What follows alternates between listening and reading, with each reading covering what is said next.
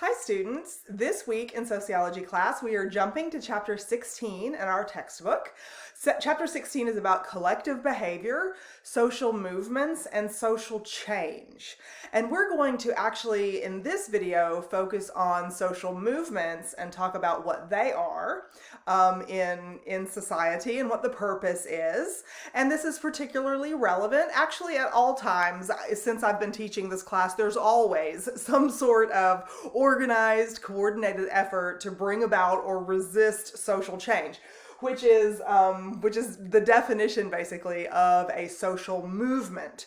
So social movements are efforts to try to change the system. We hear a lot about the system or social structure is what you're talking about, the social institutional level, when you talk about changing the system. And there have always been, groups of people, whether it is broad spread and many people want the same things, or whether it is a certain facet of the population that wants certain changes. We can look at almost any time in history, certainly in United States history, which was founded on a revolutionary social movement, that there's always been some sort of effort in society to make either broad sweeping changes or merely local changes. So we learned early on in the semester when we were learning about culture that culture changes over time. Now, some of those changes just happen gradually anyway because technological advances are going to bring about new ways of doing things, or innovations with old products can bring about new uses of those old products and that kind of thing. So social change happens all the time.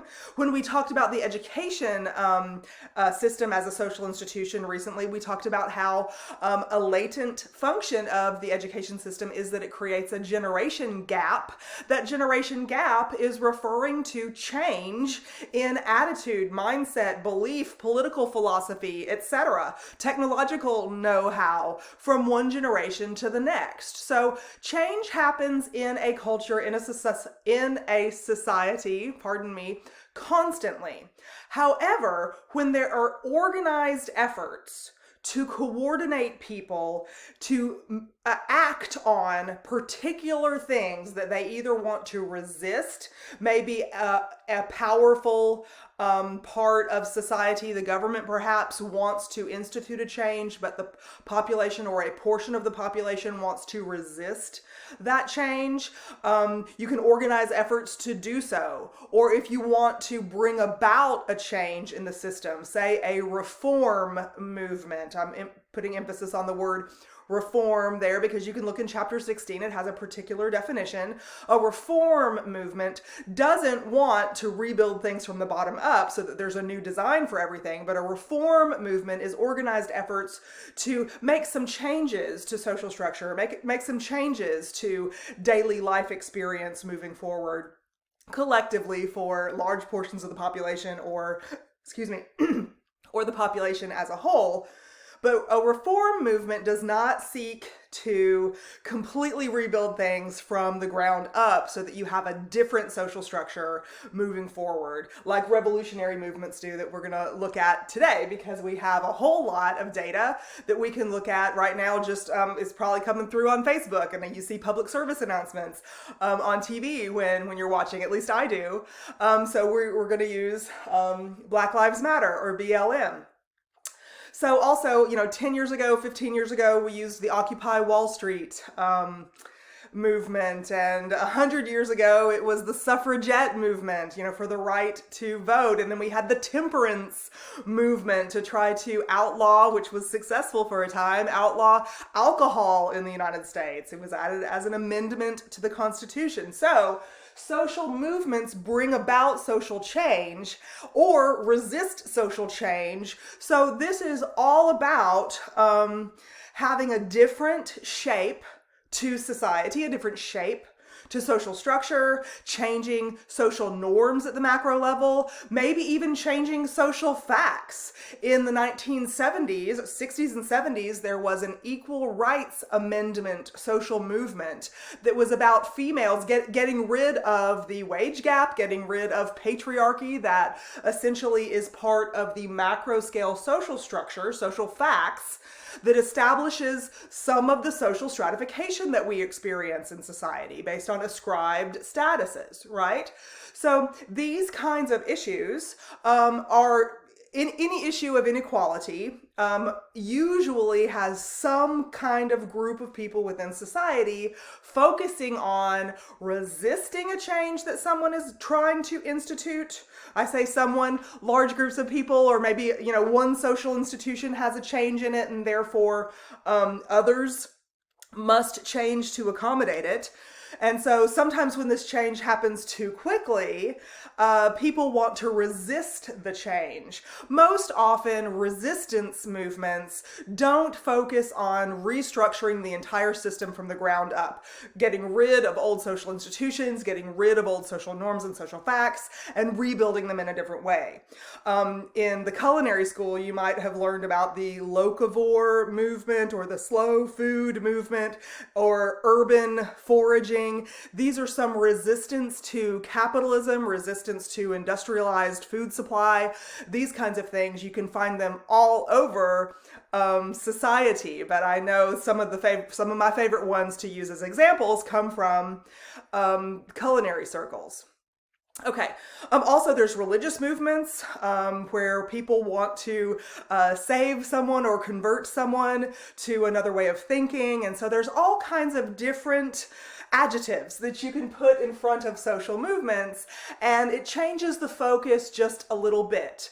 But always, the core focus is that people organize efforts, coordinate efforts and actions to call attention to the topic that they want to resist or they want to change, and to bring about that change through those efforts.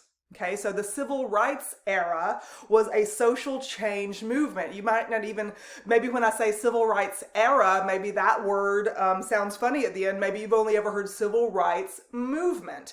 And so that had a whole lot of different coordinated actions, from boycotts, which you can ask Siri for the definition of that or look it up in your textbook, to sit-ins, to protests, to peaceful marches, to clashes with police. Sound familiar?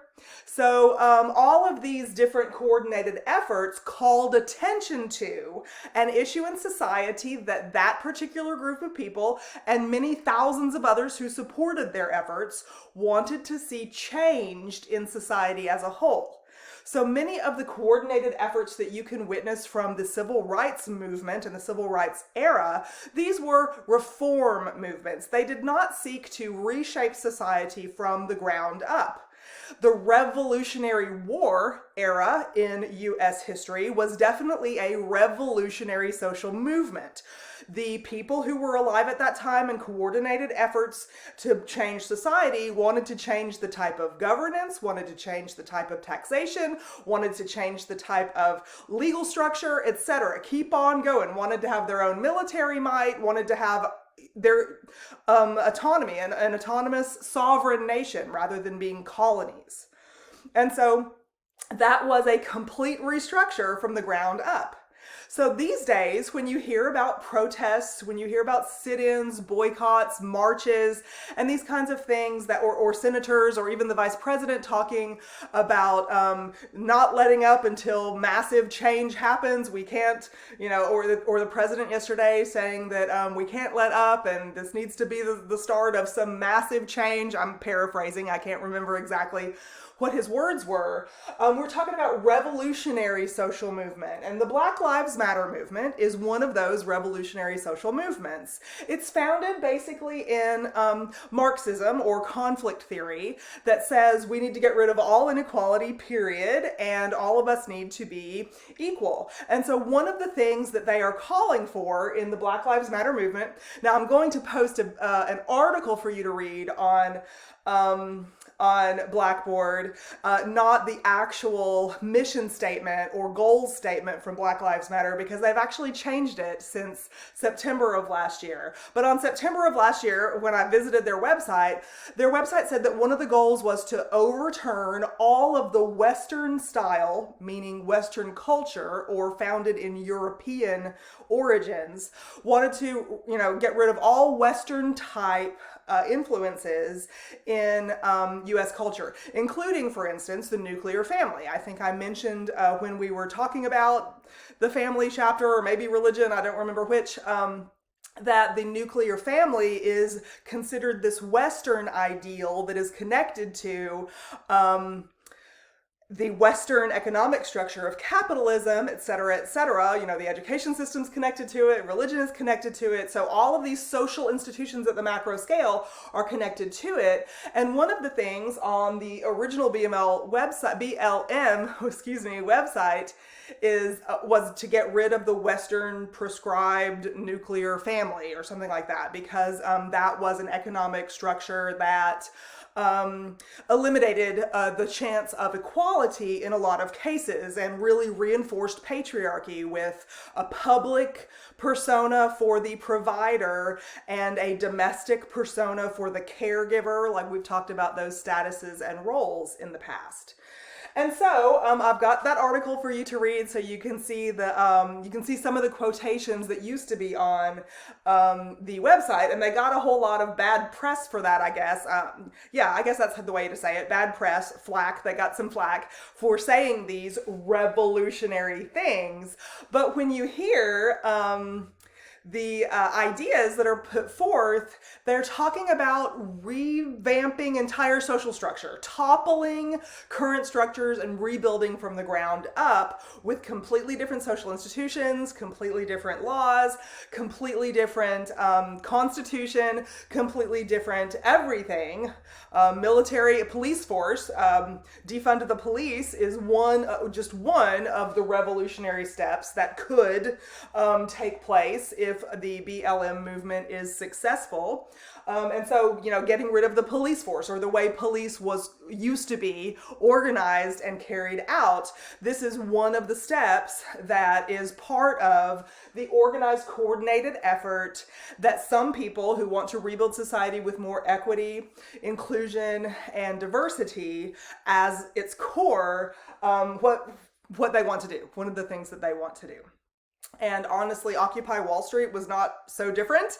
The one that I used to use like 12 years ago or so, they talked about the 1% versus the 99%, meaning that people at Wall Street who controlled, the 1% of the population who controlled the most of the wealth, and then the rest of us at the 99% didn't have any power or control or influence or rights or privileges. Just keep on with those social resources that the 99% doesn't have. So that's still founded in Marxist philosophy, founded in conflict theory, because conflict theory, if you remember, looks at macro scale and wants to change immediately. Let's not wait all the unequal parts of the social structure. And if you want to do that in a revolutionary way and start from scratch and rebuild, fine. Or if you want to do that in a reform way, fine. Or a resistance way, fine. Conflict theory is all for it, but they're all for fast change to eliminate inequality now. Functionalists would say, yes, if the flavor of society, if the common mindset of society's population moving forward wants social change, then yes, that change is very stabilizing and will produce an orderly effect on the other side of it, because everybody in the population is going to be happy.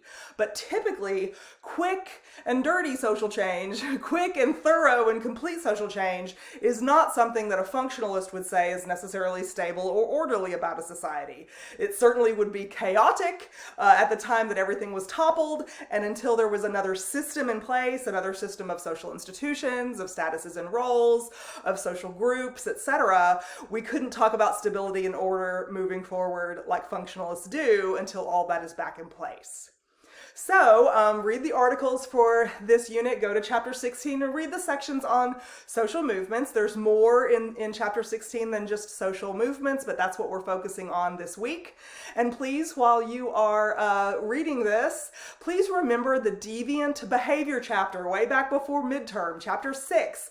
We talked about deviance as anything that violates social norms in a society. Social movements and resistance or propelling change forward or resisting change moving forward is all about deviant behavior. You've got to do something deviant like a sit-in or a boycott or a march